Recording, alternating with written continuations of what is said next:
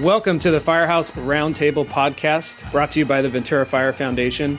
My name's Peter McKenzie. I'm one of the hosts. I'm a retired fire captain with the City of Ventura Fire Department. And I'm Jason Kay. I'm an active fire captain also with the Ventura Fire Department. And we are excited that you are going to spend some time with us at the kitchen table, learning about firehouse issues that we're trying to bring awareness to. Thanks for joining us as we discuss the issues of being a firefighter, both on and off duty, and how it affects us. Let's get right to it. All right, welcome to the show, Pete. It's good to have you back. I'm excited about today's show. I was thinking we could do either a series or one show and just see how it goes as guys get off probation and they feel more comfortable kind of talking and telling us their story and knowing they're not kind of afraid for their careers and if they could get fired any second and being on probation. So today we have Rocky Sanfilippo. Go ahead and give us a little brief intro and tell us about yourself. Hi, I'm Rocky. I grew up in Los Angeles. My dad was LA City Fire for 32 years. So that's kind of how I got in the fire service. I'm a lateral transfer from Portland, Maine. And I was there for about 6 years. And then I've been with Ventura City now for about a year and 5 months. All right. Glad to have you. So let's just kind of get into it. You grew up in Southern California. Is that right? Yeah. And then you went all the way to the other end of the country, about as far as you could get from Southern California and still be in the United States. So what is it that took you all the way out there, and then eventually what brought you back? So initially how this whole thing started was in 5th grade. I was assigned Maine as a state report. And growing up in LA, I thought that was like the most interesting place. It was just so opposite from Los Angeles that I wanted to go and live there for a little while. And so then when I was about 23, I think, I moved out there. I was a live-in student firefighter for a little rural department called Goodwin's Mills. And so what I did was I lived at the station full time, and you had to do like 20 on-duty hours, so in uniform, and then 60 available hours. So you just had to be at the station available for calls, but you didn't have to pay any rent or anything. You had to be a student, so you had to go to school, which was pretty cool. And then from there, I got hired with Portland. Did you have to be like over 18, or what age did you have to be? It was during college, is that right? Right. I mean, for a live-in student, I was old. I was like 23, and it's pretty common to be right out of high school, so 18 to 21-ish. Did you need any certifications before you were able to start there? Don't think so. I had an interview and I had to apply, but they liked that I was already an EMT basic. I had a college degree at that point, I think. I did. I had a college degree, and then I had a couple fire science classes under my belt as well. Unheard of for a live-in student. I was definitely on the older side. I don't know if anybody topped that. How long were you there before you became a full-time firefighter for Portland, Maine? I was in Maine for 2 years. I was never going to stay in Maine. That was never my plan. I just wanted to go and see it and live there for a while. So when I first got to Maine, I applied for Portland and then didn't hear for like 2 years. And I had decided that I'm coming home to California. I had a one-way ticket back, and then the chief called me and said, "You're still interested?" So I stayed. Is Portland like is that the big city fire department in Maine? Like the biggest one or no? Yeah, it's the biggest city and biggest fire department. Give us some numbers, context.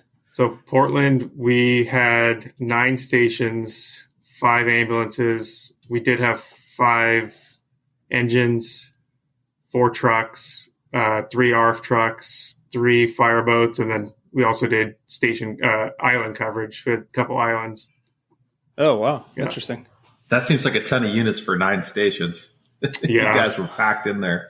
Yeah. The biggest station we had was Bramhall Square, and it had like 13 people because they had an ambulance, the battalion chief, an engine, the heavy rescue, and a ladder truck. What's the difference between the fire service on the East Coast and the West Coast? Are there any glaring differences? I mean, obviously you've lived both of them now. So what's your opinion on that? Yeah, I think the biggest difference is the East Coast. West Coast guys aren't going to like this, but I think the East Coast guys seem a little more blue collar. Like I was in Maine, I was in Portland for 6 years, and when I decided to become a medic, they were like beside themselves, you know. everybody here is a paramedic in Ventura. Were they upset with you? Yeah, a little bit. They were like, I don't know if they were just giving me a hard time or what, but it was like I was ruining the fire service by becoming a paramedic. It was all of a sudden it was me versus them. Are they more tied to like tradition and things like that, or no? I would say it's probably comparable to here in tradition wise. Gotcha. So no real like big glaring differences other than what you just said, or? Yeah, Okay. I wouldn't say there's crazy differences. You have FDNY in your head, Pete, I'm sure. Probably, yeah. So you went to medic school when you were still in Maine. Is that a completely different program than out here? I know some of them are like 2 years and you get a degree. And where'd you go to school? Yeah. So Portland made you become an advanced EMT within your first year of probation. So I got hired as a basic. They sent me to advanced. And then from there was a bridge program from advanced to paramedic. So it was only 9 months, which wasn't bad compared to like what I hear these guys go through at UCLA. And so a lot of what we do with the foundation and the board, we talk about mental health. We talk about taking care of each other. Did they have peer support teams, or would you say they're less or more advanced in that aspect than we are out here on the West Coast? I would say when I first got hired, there was no real peer support. I remember we had a call where I was on probation. I was brand new. We had some guy like jump off a building and he was still alive when we got on scene, barely. And then the extent of the peer support on that one was like the battalion chief stuck his head in. The ambulance said, "Are you okay?" But, yeah, I'm good. And that was it. But then from there on, I think good, right? Yeah. From then on, I think we got a little bit better and had a peer support team. And there's definitely avenues to talk if you needed to. Yeah, that's probably really close to how we are here, because I think peer support evolved right around that time too, maybe 5 years ago, maybe a little bit more if my timeline's off. So tell me what, at that point, you had been there for 6 years. Your plan, it sounds like, was always at some point to get back to Southern California. Is that right?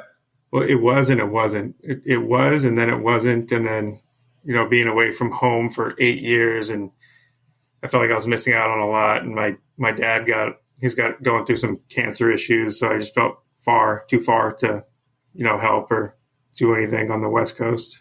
And then when your dad was having his health issues, is that when you kind of decided I'm going back, or was it just random and you're always applying, or how did that happen? So I applied for a while when I was still, I guess it would have been a basic here in California, and it didn't gain any traction because everybody wants paramedics. So then I stopped. And then as soon as I got my paramedic and applied again when my dad was having some cancer issues, then I started getting calls from everybody and started having to come out here and interview. So why'd you pick Ventura? Well, Ventura, I've always wanted to work in a beach town. I thought that was really cool. Big draw for me was to be on a tiller truck. Everybody wants to be on a tiller truck for a while. That was another big draw. It just seemed like a progressive, small department. I was kind of over the big department. Even for Maine, we had 250 members. So you kind of knew everybody, you kind of didn't know everybody. Whereas here, you have pretty much face-to-face with everybody at some point, which I liked. I think that's one of the biggest benefits of Ventura City, is being able to know everybody. Go ahead. Yeah. I was going to say 9 stations, 250 people. That's insane. Well, we had a fourth platoon with 4 shifts. Yeah. Oh, wow. Yeah. Rocky, and I don't know you very well because you came on after I left, which is weird for me. But you hear all the retired guys say that. I don't recognize anybody anymore. Like, nobody knows who I am. But you've been around the fire service. You did some time on the East Coast. You're off probation. When did you get off probation here? May. Okay. So you know a thing or two about the fire service. You're not brand new out of the academy. Don't know. You're just bright-eyed, happy to be on the fire engine. Like, you got some experience under your belt. You've got to look at your career like in a long chunk, right? Like, it's a long career. You've already kind of passed the initial new guy stage holistically, not just at Ventura, but in general. Yeah. And what are you doing? Where's your career going? What are you interested in? Where are you going to make your mark? Because I think where the fire service in general is, we have trouble with people like trying to get involved or trying to make a real impact. And my question to you is, have you given that any consideration? And if you have, what does that look like? What are you having these thoughts? Like, is this stuff you're considering or not? Like where I see my career going? Is that kind of the question? Yeah, where you see your career going and what you're going to do. Well, I mean, I just signed up for hazmat, so hopefully I get that. And then I'd love to be on the truck for a little while. But currently, after I got off probation, I'm now a mentor for the next oncoming group of individuals. Nice. So I've been working with them and trying to gain some traction that way, trying to give these guys a foundation for their careers in ways that maybe I didn't have when I first started. Mm-hmm. Gotcha. I know that, and I'm not speaking from like a position of authority because I didn't have anything figured out. I feel like I got more traction and clarity in my career towards the end of it, when I started getting more involved in like specifically like with the foundation. But I think it's important, especially in a small department where there's so much work to be done and there's so many things you can get involved in. We don't have the luxury of having 250 members to where, if 50% of them do nothing, it's not that big of a deal. There's still 125 other people who even if 10% of those people got involved, right? We don't have that luxury. So I think what I want to impress on you and new guys that are starting their career and girls is think about where you're going to make the most impact and focus and clarity on fewer things is better than trying to do everything, right? Because you could like lean into peer support, hazmat, USAR, the foundation. You could try to do it all. And we do have those people, one of them right here on the podcast with us. And that's good. But I think that it leads to burnout. It leads to not being as effective if you picked like one thing or two things. And I think it leads to a better work-life balance for the person, right? Which is important. But that's the what I would advise. Like, find something you're passionate about. And you might not even know what it is, but I have a hunch. You've been in the fire service long enough. You kind of know what you like. You kind of know the direction you might go, and then lean into it. And then be good at saying no to all the other things. Because you don't, in my opinion, and now Jason and I don't necessarily agree on this, you don't want to do all things for everyone because it makes for a tough life, I think. So anyway, Jason, chime in. I know that I kind of threw a lot of missile at you, but I actually agree with you. And I think that, everything is shiny and new, especially when you first start. Like Rocky's been on 7.5 years now between fire departments, maybe plus the live-in stuff. If you can focus and decide what you're good at and what you enjoy, it's way better than going, I'm not sure what I want. So other people are going to tell you where the needs are. And I don't really love that stuff. And Peter's putting on his mentor captain hat and talking to you now. I see that happening too. One other thing before we let you go, Rocky, I know you touched on your dad's health problems. I don't know if you're open to sharing any of that with us. Was your dad, did he get job-related cancer from the LA City Fire thing? I don't know how they classified it, but he's had skin cancer towards the end of his career. So before he retired, he was going through that. And then after he retired, he's going through some prostate cancer issues, which I think both are pretty high for firefighters. Yeah, I think you're right. I think those, for sure, skin cancer is presumptive that it's job related. And I know just the lack of sleep and the constantly being in those atmospheres of IDLH, immediately dangerous to life and health stuff that we deal with, it just kind of leads to that. So before we let you go, is there anything else you want to talk about or hit on? I thought of another big difference that these West Coast guys don't know anything about is that after we had a big storm in Maine, we were responsible for shoveling all of our hydrants. Oh, and I think appreciate what you got out here. Yeah, I think every truck had about 160 hydrants they were responsible for. Oh, made for a long day between running calls. One day, 160 hydrants? Yeah. Oh man, that sounds brutal. There's a lot. How long would it take to shovel one hydrant? Well, it depends on the storm. I mean, there were some storms that we had to bring the axe out because they were iced over. So rarely did you get the nice powder snow that was easy. I actually just got back from Boston a couple weeks ago, and I loved it. That's such a different atmosphere and feel and the way people treat each other. And man, I dug it up there. So I could totally see myself living in New England. And then when you talk about the ice storms and freezing over, I think it's better to work out here. Yeah. So vacation out there is perfect. Anyway, Pete, did you have something else? Yeah, real quick about the hydrants. So do you guys maintain them like in the summertime as well? Is there any other maintenance that goes along with the hydrants? No, as far as I understand, that we rent them from like the Department of Water and Power.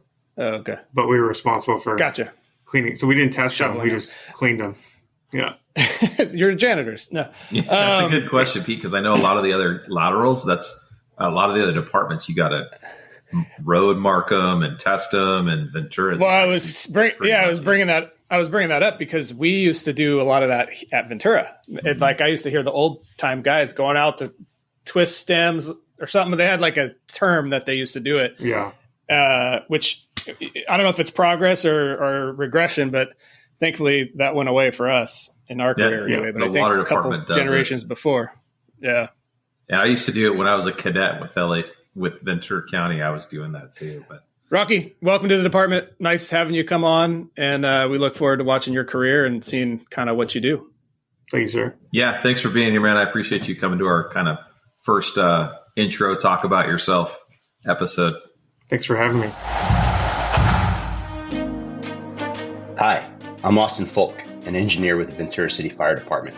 I'm also on the board of the Ventura Fire Foundation, an organization that supports firefighters and their families. The foundation produces this podcast as part of our mission. I work with the foundation because I was witness to the help that it was able to provide to my family. The foundation needs your help. First, please subscribe and rate this podcast on your podcast platform. This helps us get a higher ranking and more visibility for the show. Second, if you support the podcast and the foundation's work, please consider donating. Every dollar helps us support firefighters and their families. There's a link in the show notes where you can donate through the website at www.venturafirefoundation.org. Thank you for listening.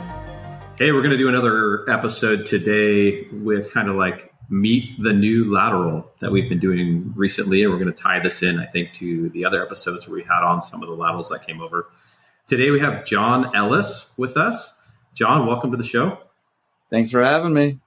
Yeah, absolutely. So we're going to kind of do with you what we did with the other few guys that we had on recently, which is just kind of tell us what brought you to Ventura City. First, maybe start with why you wanted to be a firefighter, where you grew up, where you came from, what led you to that.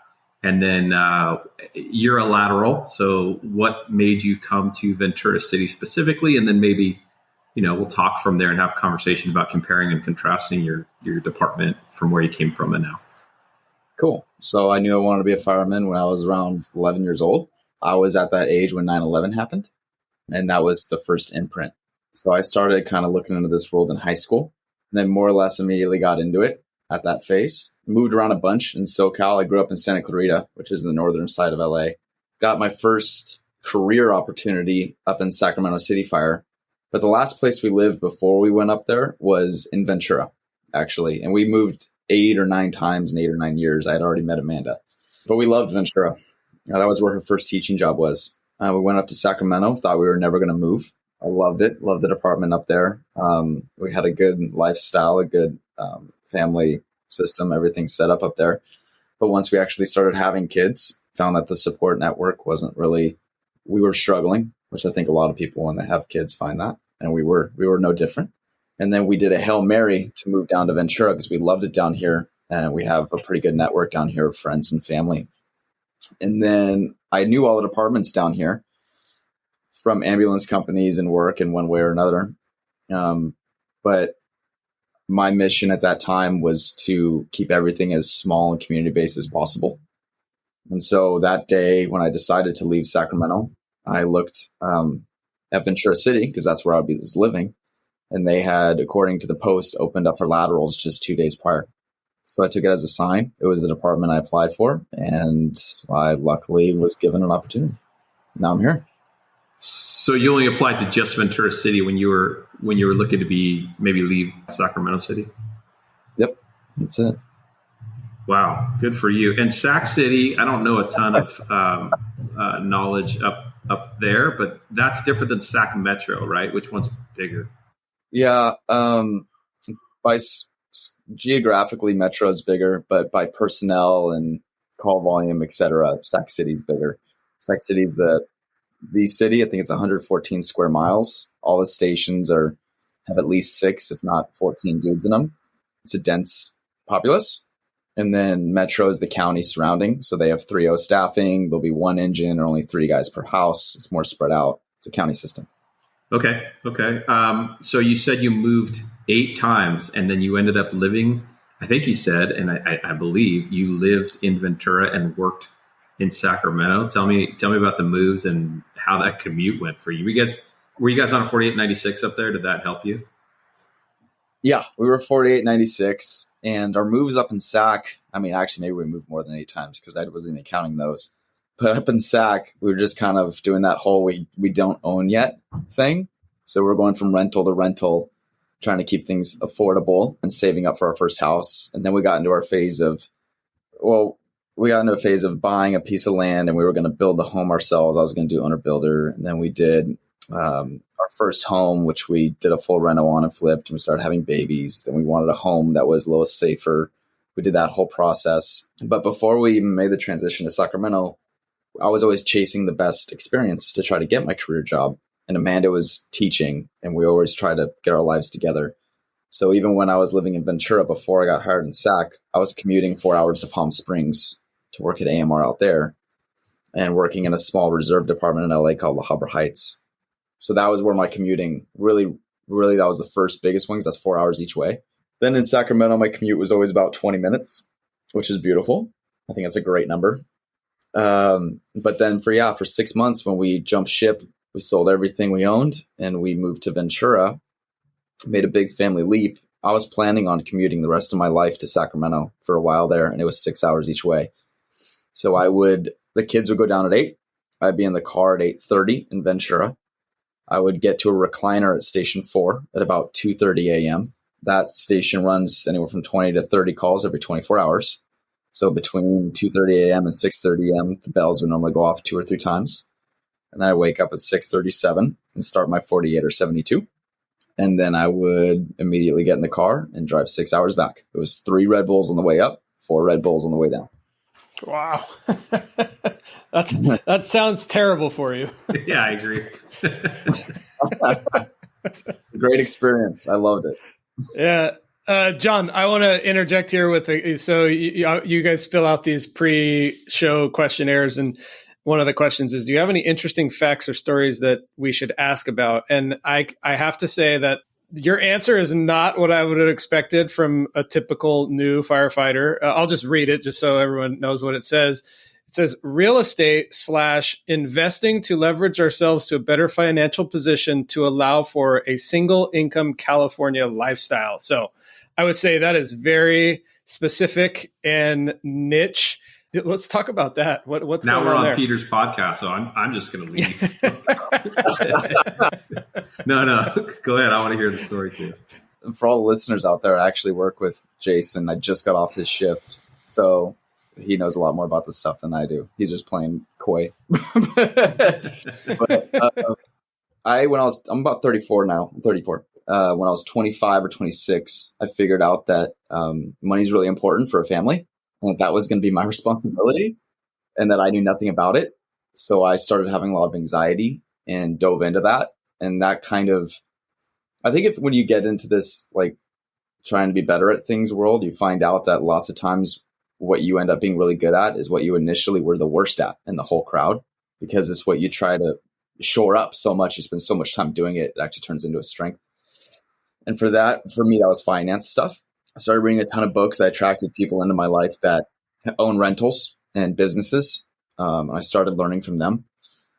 So now a big passion in my life, like I love the fire department. I love serving community through that, but also like I have a lot of sympathy and empathy for people on their journey of just trying to have a financially stable household so that they can have a better family and a better life and not be as on the ragged edge of just trying to make this wheel turn, as we all are in our own battles.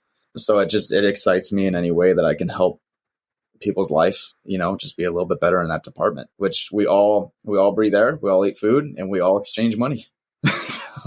Yeah. I like it.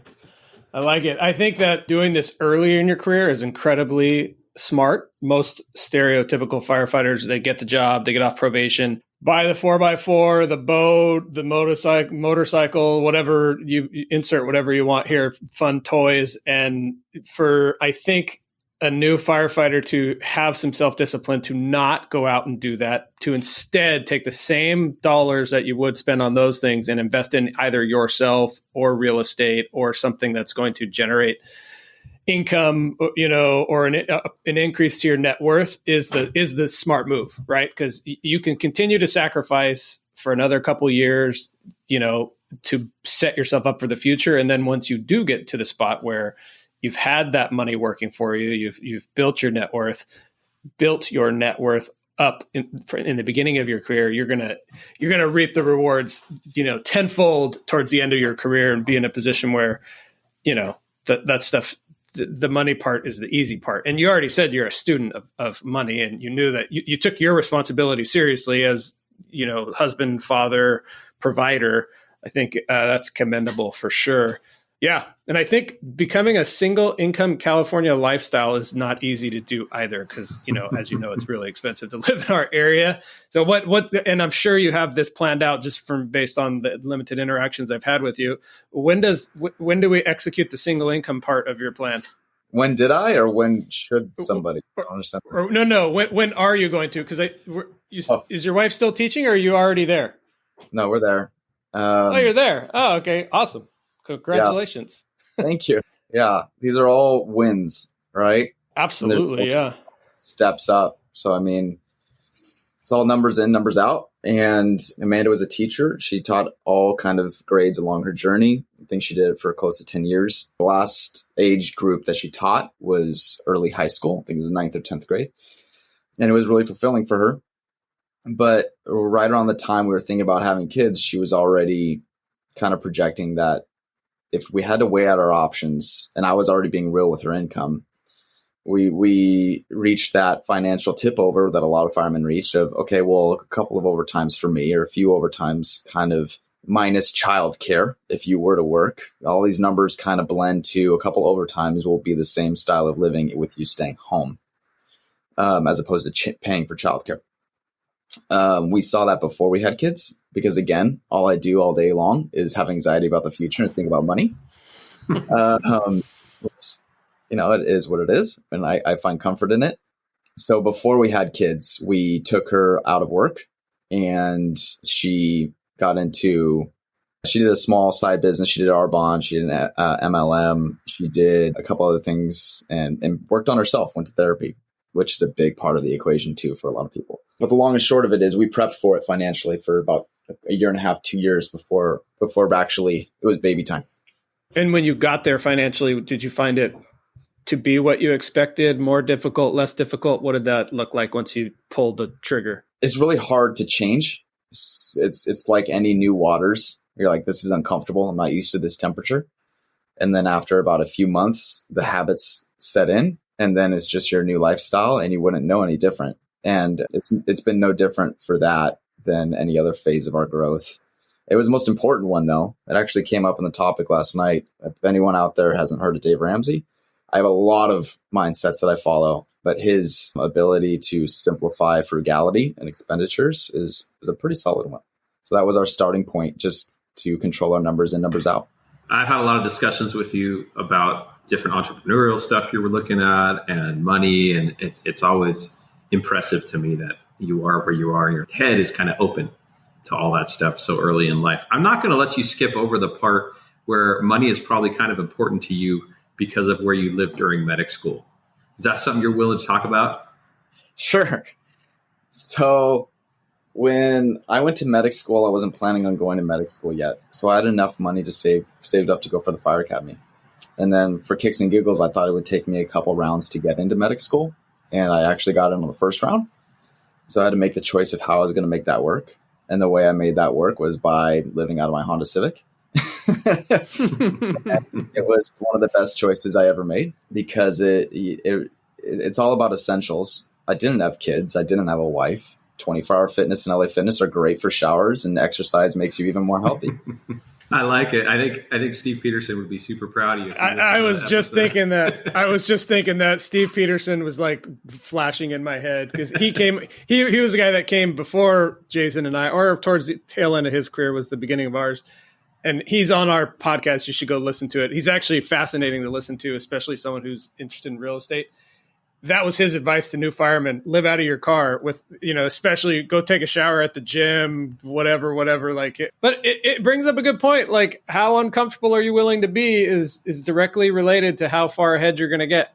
So yeah, it's priorities, right? John, tell us about your project that you're doing with your wife right now, Everyday Ellis's. So it's our family thing. It's really my wife's thing. She's grabbing the football and running with it. Our goal is community.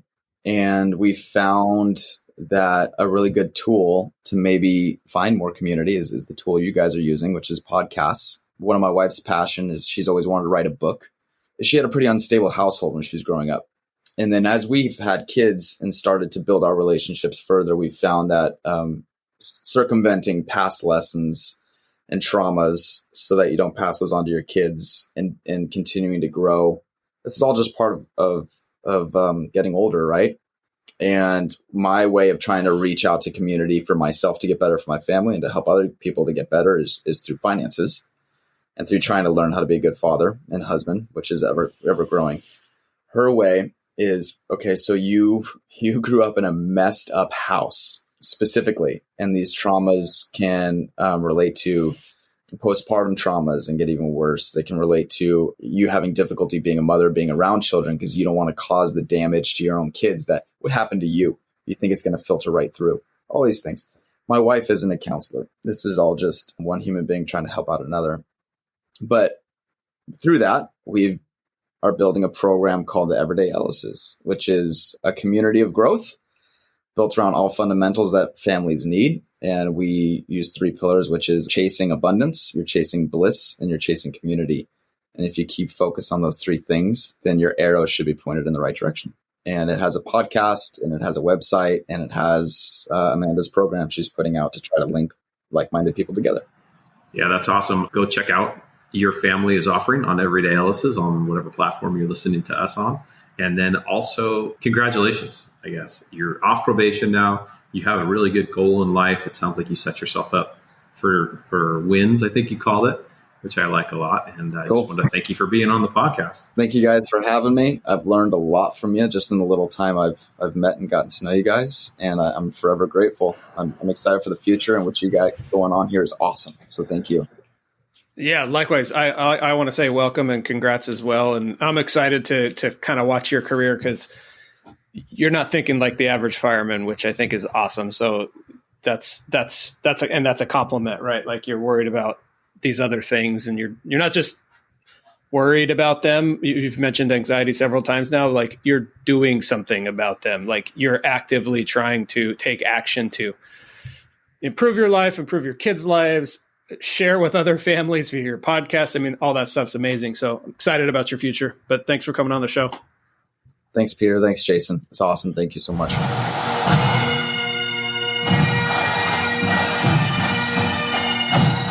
Well, there you have it. We have a couple new guys that we're able to interview that are off probation now, Jon Ellis and Rocky Sanfilippo. It's super interesting to hear their backgrounds, where they come from. Rocky being so far away in Portland, Maine, and Ellis is, what did he say, 4-hour commute. No big deal. Yeah. Soon to be was going to be a 6-hour commute, like it was nothing.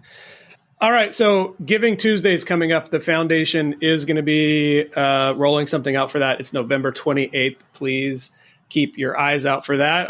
It'll be on our website, probably be, some social media posts about it. But obviously, we are a nonprofit organization, and we survive based on donations. So if you listen to the show, if you like the stuff that you're hearing, please consider supporting us when it comes to Giving Tuesday. Yeah, and we had our first 2-part series. So we had a couple of the newer guys off probation today, and then next episode we'll have a few more guys on that will share their stories with us. All right, sounds good. Thanks, Jason.